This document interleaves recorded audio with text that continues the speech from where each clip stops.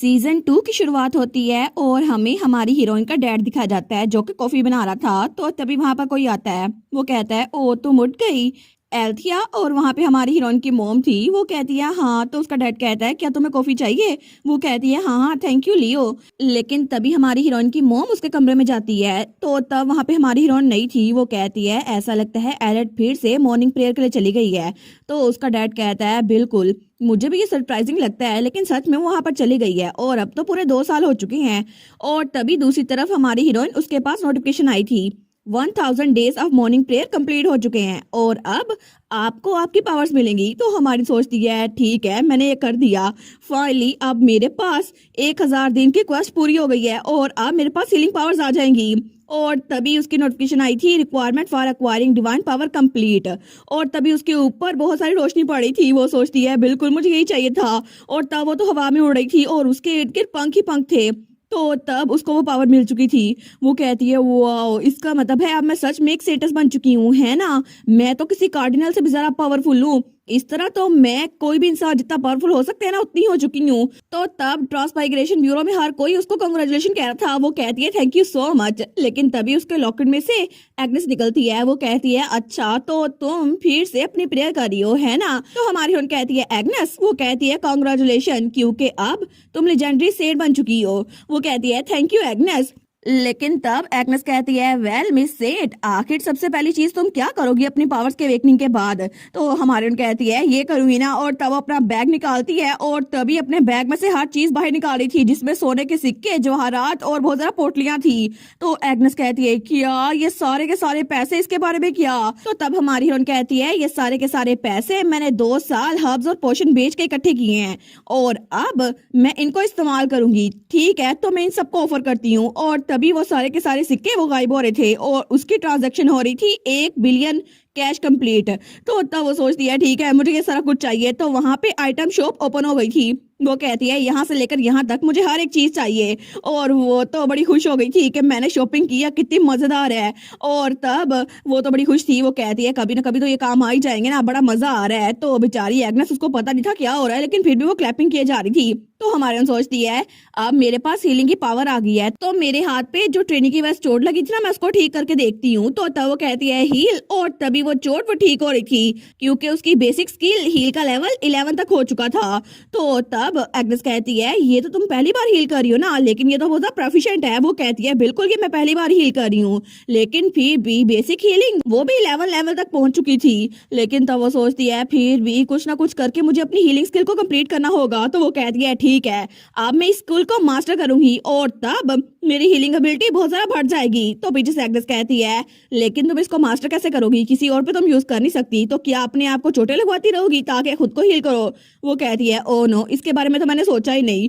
लेकिन तब दूसरी तरफ हमें होली किंगडम दिखा जाता है जहां पर वो रोशनी एक बार फिर से फैल रही थी। तो सब लोग कहते हैं ये ग्लोरियस लाइट ऐसा लगता है कि कोई फिर से सेठ के लेवल पर पहुंच चुका है। ये तो 2 सेंचुरीज में पहली बार हुआ है। दूसरा कहता है ये जरूर वही इंसान होगा ना जिसने डिवाइन एडवेंट को ट्रिगर किया था। दूसरा कहता है ऐसा हो सकता है लेकिन 2 सालों बाद हमें ये नजर आ रहा है। लेकिन वहां पर 2 लोग और खड़े थे। वो कहते हैं क्या फर्क पड़ता है अभी तक हमें वो मिला नहीं है ना जिसने ये सब कुछ किया था। तो दूसरा कहता है बिल्कुल हमने तो बहुत सारे नाइट्स को वहां भेजा था सर क्लोविस भी वहां गए थे लेकिन फिर भी कोई प्रोग्रेस नहीं हुई। और सब लोग बातें किए जा रहे थे अगर ये कोई लड़की हुई ना तो फिर सेंटस को प्रमोट करना ज्यादा इजी होगा सेंट से और पॉलिटिकली स्पीकिंग ये तो ज्यादा अच्छा होगा।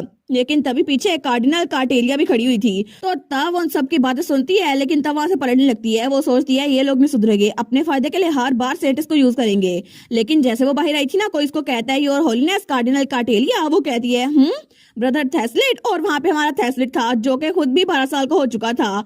तो तब वो कहता है मैंने सुना था कि आपने गिलेड कैसल को पिछली थैंक्सगिविंग में विजिट किया था। तो काउंटी में सारे लोग कैसे हैं। वो कहती है सब लोग अच्छे हैं वहां पे कोई पॉलिटिकल इशू नहीं है ना इस वजह से सब लोग ठीक है और ये तो बिल्कुल पीसफुल था। वो कहता है और सर्वेंट्स के बारे में क्या। तो कार्डिनल कहती है सर्वेंट्स। वो कहता है असल में 2 साल पहले आपके साथ एक लड़की आई थी वेटिकन में और मैं उसकी बात कर रहा हूँ क्या वो ठीक है। तो तब कार्डिनल हंसते हुए कहती है बिल्कुल वो ठीक है। वो तो बहुत ज्यादा प्रोग्रेस कर रही है और वो बिल्कुल ठीक है। तो हमारा तहसीलदार वो भी स्माइल करता है, वो कहता है अच्छा ये बात है।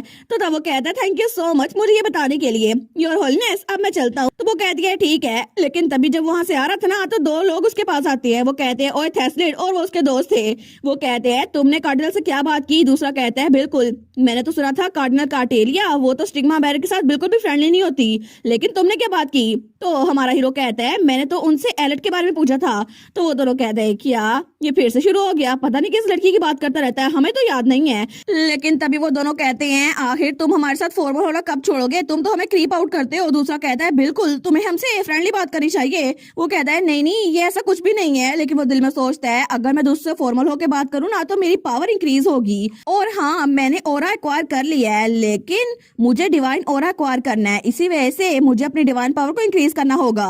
तो तब उसके दोस्त कहते हैं देखो अगर तुम हमारे साथ फॉर्मल बात करोगे ना तो हम तुम्हारे दोस्त नहीं रहेंगे। दूसरा कहता है ओए तुमने कहा था तुम थैसलिट के साथ दोस्त नहीं हो हेस्टियो। तो हेस्टियो कहता है शट अप, मैं बस उससे ये कह रहा हूँ कि हमारे साथ फॉर्मल ना हो। वो कहता है ठीक है, लेकिन थैसलिट स्माइल करता है। और तब वो लोग वहां से जा रहे थे, वो कहता है ठीक है हमारे साथ चलो और ठीक है एंजॉय करना। तो उनमें से कोई कहता है बाय द वे कि अभी भी तुम उस लड़की के बारे में बात कर रहे हो जो हमें टॉय मेनार में मिली थी, ऐसा नहीं है ना तुम उससे दोबारा मिल सकते हो, वैसे भी हमें तो वो लड़की याद भी नहीं है, पता नहीं कौन थी। तो हमारा थैसलिट कहता है नहीं मैं उससे जरूर मिलूंगा, हमने प्रॉमिस किया था कि हम एक दूसरे से जरूर मिलेंगे। तो तब वो दोनों एक दूसरे की तरफ देखते हैं और कहते हैं अच्छा अगर हम इसके बारे में बात कर ही रहे हैं तो हम जल्द ही वेटिकन सिटी से बाहर जाएंगे। तो हमारा थैसलिट कहता है वेटिकन से बाहर? वो कहता है बिल्कुल, मैंने सुना था हम मिशन के लिए भेजने वाले हैं, लेकिन अगर ऐसा हुआ तो मे भी हम अपने पुराने दोस्त से मिल सके। तो तब दूसरा स्माइल कर रहा था। तो हमारा हीरो वो सोचता है सच में हम यहाँ से निकल सकते हैं, है ना?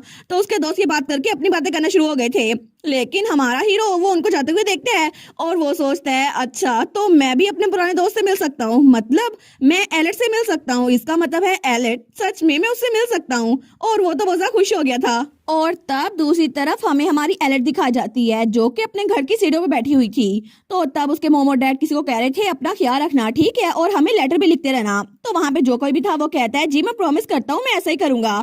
और वो था हमारा प्रिंस, हमारी एलेट का भाई, और वो भी 14 साल का हो गया था और कितना ज्यादा हैंडसम हो गया था ना। तो वो कहता है अपना ख्याल रखिएगा मॉम डैड। तो तब हमारी वहीं पे बैठी थी, वो सोचती है ये कितना बड़ा हो गया है ना, सारे के सारे पोषण जो मैंने इसको पिलाए थे ना वो अच्छे रह गए हैं ना।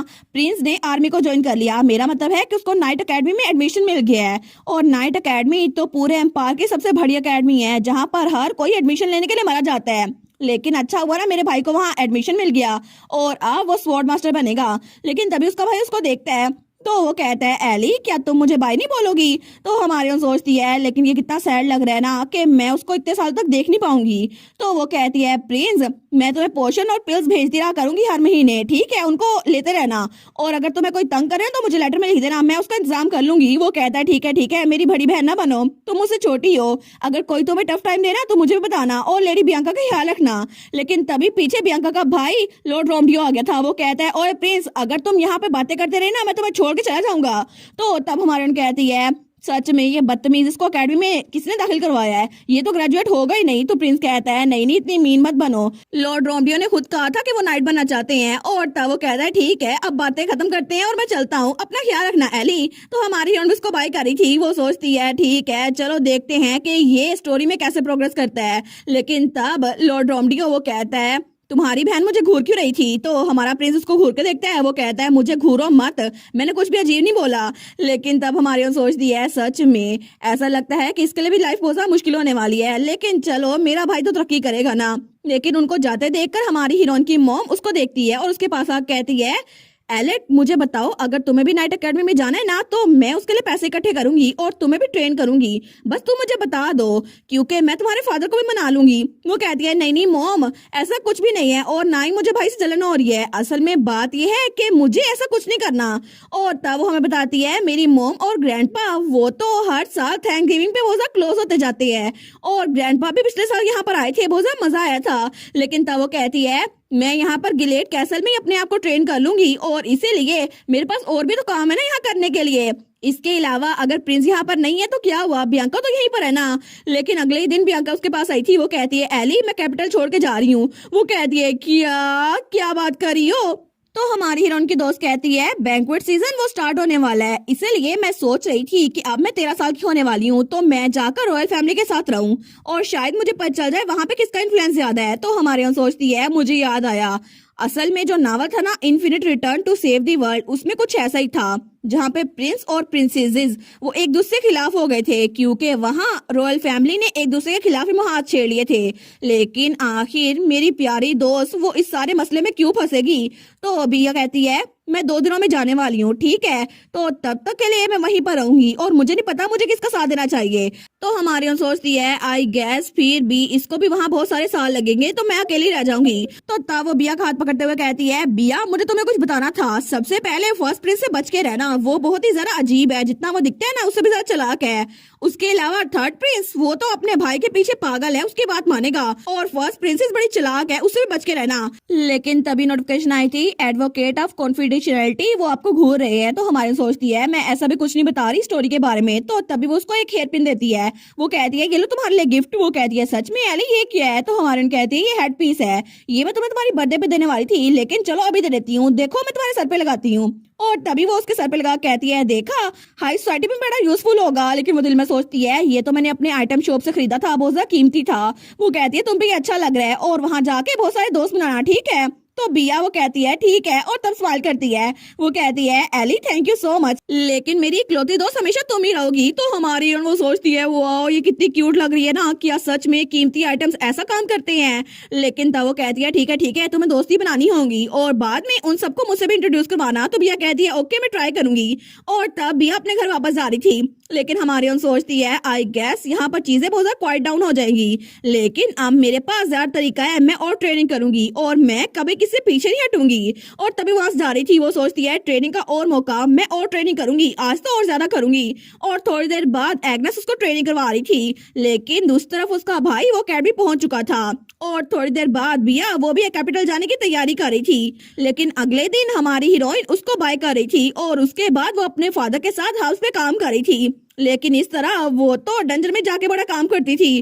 तो नोटिफिकेशन आई थी वो तो आपको देखकर भी थक गए हैं, जो सारे आपको देख रहे हैं। लेकिन तब वो फिर से ट्रेनिंग करना शुरू हो गई थी। वो सोचती है मैं पीछे नहीं हट सकती। और तब एग्नेस उसको पीछे से देख रही थी, लेकिन उसने बहुत ही ज्यादा प्रैक्टिस की थी। और जब सारा कुछ हो गया था ना एंड पे, उसने अपनी स्वॉर्ड आगे लहराई थी, लेकिन तभी उसकी स्वॉर्ड उसके अंदर से रोशनी निकलती है।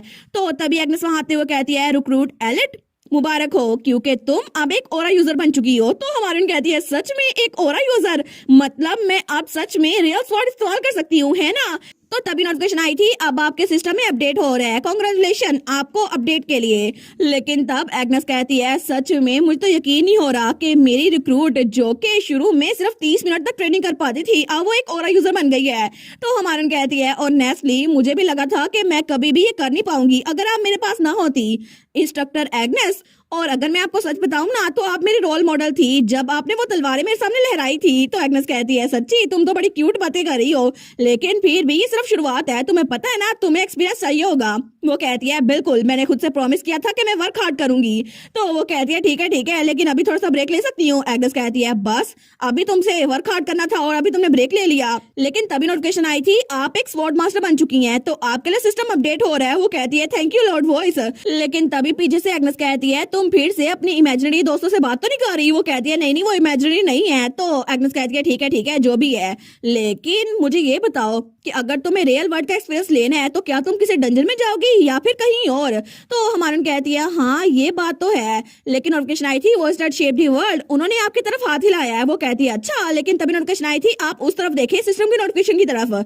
तो वहां पे नोटिफिकेशन आई थी आपके लिए एक नया कंटेंट है तो आप इसको देख सकती हैं। और तब वो अपडेट हो रहा था। वो कहती है क्या ये क्या है, लेकिन तभी वो तो खुश हो गई थी। वो कहती है एग्नेस मुझे लगता है अब हमें फिक्र करने की जरूरत नहीं है और ना ही किसी और डंजन में जाने की जरूरत है, क्योंकि मेरे पास अब अपना ट्रेनिंग ग्राउंड होगा जहां पे मैं बैटल स्किल की प्रैक्टिस कर सकती हूँ।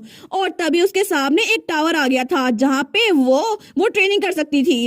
लेकिन तब दूसरी तरफ वो कार्डिनल्स वो कहते हैं हम तो बहुत ज्यादा फ्रस्ट्रेटेड है, आखिर वो हमें सेंटस मिल क्यों नहीं रही, और आपको इस बारे में क्या लगता है सर क्लोविस, आप अभी तक उसको ढूंढ नहीं पाए। तो वहां पे एक ब्लॉन्ड बालों वाला लड़का खड़ा था, वो कहता है मुझे माफ कीजिएगा, ये मेरी गलती है, मैं पूरी कोशिश करूंगा। और वो कार्डिनल्स वहां से जा रहे थे, लेकिन उनके जाने के बाद वो सोचता है आखिर वो सेंटस पता नहीं कहाँ पर है, मुझे लगा था कि वो मर चुकी होगी क्योंकि 2 साल हो गए हैं, लेकिन अब अचानक से हमें फिर से उसकी एनर्जी फील हुई है।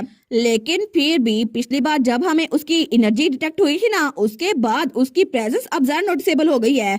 पता नहीं, मुझे लगता है कि मुझे उसको ट्रैक डाउन करना ही होगा। तो तभी वहां पर कोई आता है, वो कहता है ब्रदर। तो तब वो लड़का वहां देखता है, वो कहते हैं अच्छा ये तुम हो क्या, तुम अपने मिशन से वापस आ गए। तो तब वहां पे हमारा थैसलेट खड़ा हुआ था जिसको चोटें भी लगी हुई थी। लेकिन तब वो सोचता है सच में ये बच्चा मुझे भाई कहता है, लेकिन असल में तो ये मेरा भाई है भी नहीं ना, लेकिन हम यहाँ पर हैं इसी वजह से, डैड की वजह से मुझे इसे भाई कहना पड़ रहा है, और बाकी के सारे सिग्मा बैरियर्स को भी। लेकिन वो कहता है कांग्रेचुलेशन, मैंने सुना था कि तुम लोगों ने अपने नाइट के साथ अच्छा काम किया, लेकिन बाकी के स्टिग्मा बैरियर्स उन लोग को बाकी ब्यूरो वाले ले गए हैं, तो क्या कुछ हुआ था। तो थैसलेट कहता है असल में वो मिशन, वो सोचता है अगर वेटिकन के लोग स्टिग्मा बैरियर्स को किसी डिस्पोजेबल टूल की तरह इस्तेमाल ना करते तो ज्यादा अच्छा होता, और अगर हमारे साथ कोई हीलर होता ना जो कि डिसेंट हीलिंग कर सकता फिर तो अच्छा होता। लेकिन तब उसके हाथ में भी चोट लगी हुई थी, फिर भी वो सोचता है चीजें इतनी मुश्किल ना होती। वो कहता है सब कुछ अच्छा चला गया। तो क्लोविस कहता है ठीक है मैं समझ गया, तो अपने अगले मिशन के लिए तुम लोग कहाँ जा रहे हो। वो कहता है हम 2 दिनों के बाद अगोनी एरिया में जाएंगे और वहां के नेटिव्स की हेल्प करेंगे। तो क्लोविस कहता है क्या अगोनी एरिया में, लेकिन वो जगह तो बहुत ही ज्यादा खतरनाक है, वहां जाने से तो मैं भी डरता हूँ। तो थैसलेट कहता है क्या, लेकिन तब वो कहता है वहां पर बहुत ज्यादा मुश्किलात आएंगी, और अगर तुम्हें सबको मारना पड़े ना खुद को जिंदा रखने के लिए तो तुम्हें ये करना पड़ेगा, तुम मेरी बात समझ रहे हो ना। तो हमारा हीरो वो कुछ नहीं बोल पाता, वो कहता है कि तुम्हारे अपने अच्छे के लिए है, लेकिन तब उसके कंधे पे रखता है और कहता है अब मैं चलता हूँ, मेरी बात को याद रखना क्योंकि मुझे जाकर सेंटस को ढूंढना है। लेकिन तब वहां चला गया था और पीछे हमारा थैसलेट वो खड़ा था। वो सोचता है ये मुझे कह तो रहा है, लेकिन अगर मैंने उन सबको मार दिया तो मैं खुद भी मर जाऊंगा क्योंकि ये सिस्टम मुझे ऐसे जीना नहीं देगा। लेकिन दूसरी तरफ हमारी हीरोइन वो तो उस टावर में जाने के लिए बिल्कुल तैयार थी और अपने जूते के तस्मे बांध रही थी, लेकिन तब उसने पूरी तैयारी कर ली थी। वो कहती है ऑल राइट मैंने पूरी तैयारी कर ली है, अब मैं चलती हूँ। तो एग्नेस कहती है ऐसा लगता है कि तुम्हारा ट्रेनिंग ग्राउंड वो किसी और जगह पे होगा, किसी और स्पेस में, बिल्कुल डंजन की तरह। वो कहती है बिल्कुल मुझे भी ऐसा लगता है। लेकिन तभी नोटिफिकेशन आई थी आर्किटेक्ट ऑफ स्काई स्क्रैपर, उन्होंने आपके लिए 300 फ्लोर बनाए हैं क्योंकि 100 फ्लोर आपके लिए काफी नहीं होंगे क्योंकि आप बहुत ज्यादा ओवर पावर है। वो कहती है आप तो बेस्ट है। लेकिन तभी एग्नेस कहती है एलेट मुझे लगता है अब तुम्हें असल तलवार यूज करनी चाहिए जो तुम्हारी मॉम ने तुम्हें दी थी। हमारी उन कहती है सच में मैं वो तलवार यूज कर सकती हूँ, लेकिन आपने कहा था कि मुझे वो यूज नहीं करनी चाहिए। वो कहती है पहले तो मैंने इसलिए कहा था ना क्योंकि तुम्हें ओरा नहीं मिला था, लेकिन अब तुम इसे इस्तेमाल कर सकती हो। तो हमारे उसको ढूंढने लग जाती है। वो कहती है ठीक है तो अब टाइम आ गया यूरोपा को यूज करने के लिए। और तभी वो टावर उसके सामने अपीयर होता है और हमारी हीरोइन वो पूरी तैयार थी। वो कहती है ठीक है तो मेरा पहला मिशन जो कि रियल लाइफ एक्सपीरियंस होगा मैं इसको करने के लिए तैयार हूँ। और तभी वो टावर के अंदर पहुंच गई थी और वहां पे बहुत सारे फ्लोर्स थे, लेकिन वो सोचती है अच्छा तो ये है स्काई स्क्रैपर का स्टार्ट, लेकिन ये कितना इंटरेस्टिंग लेआउट है ना, लगता है बहुत ज्यादा मेहनत की है। लेकिन तभी वहां पर एक साइन लगा हुआ था अपने डिवाइन एडवेंट को यूज करना मना है। वो कहती है अच्छा लगता है इन्होंने बहुत ज्यादा मुश्किल से बनाया होगा ना, चलो फिर भी मैं तलवार से काम चलाती हूँ। तो तभी उसके सामने मॉन्स्टर अपीयर हो रहा था। वो कहती है क्या ये मॉन्स्टर, लेकिन ठीक है मैं भी तैयार हूँ, आ जाओ तुम जो कोई भी हो। लेकिन तभी वहां पर उसके सामने जो मॉन्स्टर अपीयर हो रहा था ना, लेकिन तभी वो तो एक अडोरेबल सा स्लाइम था जो बड़ा क्यूट लग रहा था। तो एग्नेस कहती है कितना क्यूट है ना, ऐसा लगता है ये डांस कर रहा है। लेकिन हमारी हीरोइन वो उसकी क्यूटनेस बन जाती है और अपनी तलवार आगे करती है और एक ही बार में उस स्लाइम को हरा देती है। और तब वो उसके कोर की तरफ तलवार मारती है और वो कोर उसके हाथ में आ गया था। तो पीछे से एग्नेस कहती है तुम कितनी रूथलेस हो ना। वो कहती है थैंक यू कॉम्प्लीमेंट के लिए। लेकिन तभी जैसे उसने पहला मॉन्स्टर खत्म किया था ना, तो तभी वहां पर सेकंड फ्लोर की सीढ़ियां आ गई थी। हमारे कहती है ऐसा लगता है कि सेकंड फ्लोर पर दूसरा मॉन्स्टर होगा। ठीक है तो मैं उसके लिए भी तैयार हूँ, मैं वहां पर जाऊंगी। और सेकंड फ्लोर पर जो बॉस था ना वो था पॉइजनस मशरूम, और हमारी हीरोइन उसको देखती है और एक ही बार में उसके भी 2 टुकड़े कर देती है। लेकिन उसके बाद वो तीसरे फ्लोर पर गई थी जहाँ पे मैन ईटिंग कोई पौधा सा था, तो हमारे उसको भी खत्म कर देती है। चौथे फ्लोर पर एक ओगर था, तो तब थोड़ी देर बाद वो भी रेस्ट इन पीस हो गया था। लेकिन इसके बाद हमारी हीरोइन मुसलसल बहुत सारे फ्लोर्स पार करती है और 15वें फ्लोर पे पहुंच जाती है जहाँ पे बहुत सारे ज़ोंबीज थे। लेकिन वो सारे ज़ोंबीज उसकी तरफ बढ़ते हैं तो डरने के बजाय हमारी हीरोइन तो खुश हो गई थी। वो कहती है वाह मुझे यही चाहिए था, तो वो ज़ॉम्बीज़ बेचारे उससे डरने लग जाते हैं। तो हमारे उनके पीछे भागती है। वो कहती है तुम लोग क्यों भाग रहे हो गाइस, मुझे हील करना है तुम लोग को। लेकिन सारे के सारे ज़ॉम्बी वो चिल्ला रहे थे और हमारी हीरोइन ने उनपे हीलिंग यूज कर ली थी। लेकिन उनपे हीलिंग यूज करने के फौरन बाद ही वो खाना खाने बैठ गई थी। तो तब वो तो आराम से अपना सैंडविच खाने लगी थी। लेकिन तब वहां पर एग्नेस की आवाज आती है, मुझे यकीन नहीं होता कि तुम यहाँ पर मॉन्स्टर का मुकाबला करते हुए भी खा सकती हो। तुम्हें इनको देखकर घिन नहीं आ रही? तुम इतने आराम से कैसे खा सकती हो? तो हमारे उनमें से एक ज़ॉम्बी को देखती है जो कि बड़ा डरावना लग रहा था। लेकिन वो सोचती है अगर मुझे रियल लाइफ में मॉन्स्टर को मारना है ना तो फिर मुझे इनको बर्दाश्त करना ही होगा। लेकिन तब वो अपना ब्रेड खाई जा रही थी। तो तभी वो थोड़ी सी बढ़ लेती है। वो सोचती है पता नहीं हमारा अनलकी थेस्लेट वो क्या कर रहा होगा। और मुझे लगता है नावल के हिसाब से तो उसकी बहुत ज्यादा ट्रेजिक एंडिंग होनी है ना, तो अभी भी वो बहुत ज्यादा फ्रस्ट्रेटेड होगा और उसको बहुत ज्यादा इंजस्टिस का सामना होगा। तो तब वो ब्रेड भी वहां पर रख देती है। वो कहती है मेरा अब दिल नहीं कर रहा। तो एग्नेस कहती है बस तुमने खा लिया? वो कहती है नहीं नहीं, अब मेरा वो दिल नहीं कर रहा खाने का, अब मैं अगले फ्लोर पर जाती हूँ। तो तब वो अपना सामान फिर से पैक कर लेती है। वो कहती है मुझे लगता है कि मुझे थेस्लेट के लिए एक अच्छा हीलर बनना पड़ेगा क्योंकि फ्यूचर में उसको बहुत ज्यादा मसला होने वाला है। और तब एक हफ्ते बाद ही हमारी हीरोइन ने 100 फ्लोर वो पार कर लिए थे। तो नोटिफिकेशन आई थी, आर्किटेक्ट ने कहा है कि आपने 100 फ्लोर एक हफ्ते में पार कर लिए, आखिर आप इतनी ओवर पावर कैसे हो सकती हैं? लेकिन तब उसके चेहरे पे खून लगा हुआ था, उसकी तलवार पे भी। तो तभी एग्नेस कहती है प्लीज अपने चेहरे से खून साफ कर लो, तुम तो किसी डंजन बॉस का आखिरी मरहला लग रही हो। वो कहती है नहीं नहीं मैंने ऐसा कुछ नहीं किया। लेकिन तब वो खून साफ करती है और आगे बढ़ने लगती है। वो कहती है चलो 101 फ्लोर पे चलती हूँ, देखती हूँ आगे है क्या। लेकिन तब वो सीढ़ियां चढ़ रही थी। वो सोचती है पता नहीं आगे क्या होने वाला है। लेकिन तभी जैसे वो आगे देखती है ना तो वहां का माहौल बिल्कुल बदल गया था क्योंकि सामने बिल्कुल जंगल आ गया था और उसके ऊपर एक वोल्केनो था। वो कहती है मैं एक जंगल में आ गई हूँ। तो एग्नेस कहती है तुम्हें नहीं लगता कि बैटलफील्ड के लिए तुम्हें अपने इन्वायरमेंट को देखना चाहिए क्योंकि डंजन के अलावा भी बाकी चीजें ऐसी होती हैं। वो कहती है ठीक है मैं आगे कोशिश करती हूँ। तो एग्नेस कहती है जब तक तुम वहां जा रही हो ना तब तक इर्द गिर्द के एरिया को अच्छे से देख लो ताकि तुम बाद में इसको यूज कर सको। तो हमारी उन कहती है ठीक है, चीजें तो पहले फ्लोर से बिल्कुल बदल गई हैं, अब मैं 101 फ्लोर पर आ गई हूँ। लेकिन किसे पता था कि मुझे माउंटेन क्लाइंब करना पड़ेगा। तो तभी वो वोल्केनो जो वहां पर था ना वो फटता है। तो तब हमारी कहती है क्या ये वोल्केनो अरप्शन अभी होनी थी? लेकिन जैसे वो आगे देखती है वो कहती है 1 मिनट, ये वोल्केनो ये तो फट के मेरी तरफ आ रहा है। तो तब वो बेचारी तो बड़ी शौक हो गई थी। लेकिन तभी वो वोल्केनो उसके पास आके फटता है। तो तब हमारे बड़ी मुश्किल से बचती है। लेकिन जैसे वो सामने देखती है ना तो वहां पे वोल्केनो के अंदर से एक मॉन्स्टर निकला था जो था लावा गोलम और हमारी हीरोइन उसके सामने थी। वो सोचती है अच्छा तो अब मुझे इसे हराना पड़ेगा, ठीक है तो मैं पूरी कोशिश करती हूँ। और तब वो उठती है और उस गोलम के ऊपर हमला करती है। लेकिन उसकी तलवार का उस गोलम पे कोई असर नहीं हुआ था क्योंकि वो गोलम पत्थर का बना हुआ था और लावा का। लेकिन तब वो पीछे होती है। वो सोचती है मुझे कुछ और करना होगा। तो तब एग्नेस कहती है एलेट उसकी आउटर बॉडी बहुत हार्ड है, उस पे एम मत करो। तो तभी हमारी हीरोइन वो उसको फिर से डॉज करने लगती है। लेकिन तब वो पानी के अंदर गिर गई थी। वो सोचती है उप्स मैं कहाँ गिर गई। लेकिन तब एग्नेस कहती है जरा दुश्मन से बच के रहो, अपने इर्द गिर्द का भी ध्यान रखो। वो कहती है ठीक है मैं ऐसे ही करूंगी। लेकिन तब वो गोलम बहुत तेज से उसकी तरफ बढ़ा था। वो सोचती है ये तो मुझे मार देगा। लेकिन तभी वो पानी को देखकर वहीं पर रुक जाता है। तो हमारे सोचती है क्या इसको पानी से डर लगता है। तो तब वो पानी से बाहर निकल रही थी। लेकिन तब वो गोलम बहुत ज्यादा दूर था और उसको देखकर वहां छलांग मारने लगता है। लेकिन तभी वहां छलांग मारता है तो हमारी हीरोइन वो आगे भाग रही थी। तो वो कहती है एग्नेस मेरे पास एक आइडिया है, मुझे लगता है ये यूजफुल होगा। लेकिन मुझे ये बताओ दुश्मन को मुझ पे गुस्सा कैसे आएगा, मुझे उसको गुस्सा लाने के लिए क्या करना चाहिए? तो एग्नेस कहती है तुम्हें उसको इंसल्ट करना होगा या उसको प्रोवोक करना होगा। तो हमारी कहती है ठीक है ये तरीका काम कर जाएगा। तो वो चिल्ला कहती है तुम स्टूपिड गोलम, तुम्हारे पेरेंट्स ने तुम्हें कुछ नहीं सिखाया, तुम्हारी मॉम और डैड ने, क्या तुम्हें कोई अक्ल नहीं है? लेकिन एग्नेस कहती है तुम उसके मॉम और डैड की बात क्यों कर रही हो? तो हमारे उन कहती है मेरे असल वर्ल्ड में ऐसा ही था। लेकिन तभी वो गोलम उसको तो गुस्सा आ गया था और तभी वो पानी के अंदर से आकर उसकी तरफ बढ़ने लगता है। लेकिन वो बेचारा तो जल रहा था। तो हमारे उन कहती है लगता है ये काम कर गया, असल में ये तो अच्छा बच्चा है। तो तब वो गोलम वो तो वहां से उछल के उसके करीब ही पहुंचने वाला था। लेकिन हमारी हीरोइन उसने अपनी विप निकाल ली थी और उससे उस गोलम पे हमला कर दिया है। लेकिन तब वो कहती है आ जाओ मैं तुम्हें हरा के रहूंगी। तो वो गोलम वो उसको घूर के देखता है और तब वो चिल्ला के उसकी तरफ बढ़ता है। लेकिन हमारी हीरोइन वो थोड़ा पीछे होती है और उसके हमले को डॉज कर लेती है और फिर से अपनी विप का इस्तेमाल करती है और वहां एक पेड़ से लटक के आगे बढ़ रही थी। तो तब थोड़ी देर बाद वो और आगे बढ़ी जा रही थी। वो कहती है मुझे उस पहाड़ पे पहुंचना होगा ताकि उस पर अटैक कर सकूं। लेकिन एग्नेस कहती है तुम दुश्मन से आंख मत हटाओ, अगर उसने तुम पे हमला कर दिया। वो कहती है नहीं करता, लेकिन तभी वो उस पे हमला कर देता है और हमारी हीरोइन आगे जाके गिरती है। वो कहती है देखा मैंने कहा था ना कि उस पे आंख रखना, लेकिन तब उसकी तलवार नीचे गिर गई थी और उसके हाथ में सिर्फ विपी थी। लेकिन वहां जाते जाते भी वो एक पहाड़ की चोटी पे पहुंच चुकी थी जो कि नीचे गिरने वाली थी। तो एग्नेस कहती है देखा वो तुम्हारे सामने पहुंच गया, अगर उसने तुम्हें मार दिया ना तो फिर तुम अपने आप को हील भी नहीं कर सकती।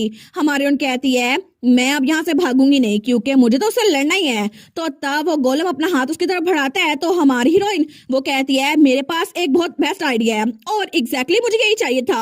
और तब वो तलवार उस पत्थर पे मारती है जहाँ पे वो बैठी हुई थी, तो वो पत्थर नीचे गिरने लगता है। लेकिन तब वो गोलम उसको पकड़ने के लिए आगे बढ़ता है तो वो भी नीचे गिर रहा था और नीचे पानी था, बहुत सारा पानी। लेकिन हमारी हीरोइन वो वहां एक पेड़ के जरिए अपनी विप के जरिए लटक जाती है और वो गोलम वो वहां नदी के अंदर गिर रहा था और थोड़ी देर बाद वो नदी के अंदर गिर चुका था और इनके धुआं फैल रहा था। तो हमारी हीरोइन आगे आती है और कहती है जैसा कि मैंने सोचा था ये बिल्कुल वैसा हुआ, पानी इसकी कमजोरी है और ये इसको सहार नहीं सकता है ना, और मैं इसको इस नदी तक ले ही आई। और तब उसके कोर पे चली जाती है और उसके कोर के अंदर ही अपनी तलवार मारती है तो वो गोला वो बिल्कुल खत्म हो रहा था और हमारी हीरोइन वो जीत चुकी थी।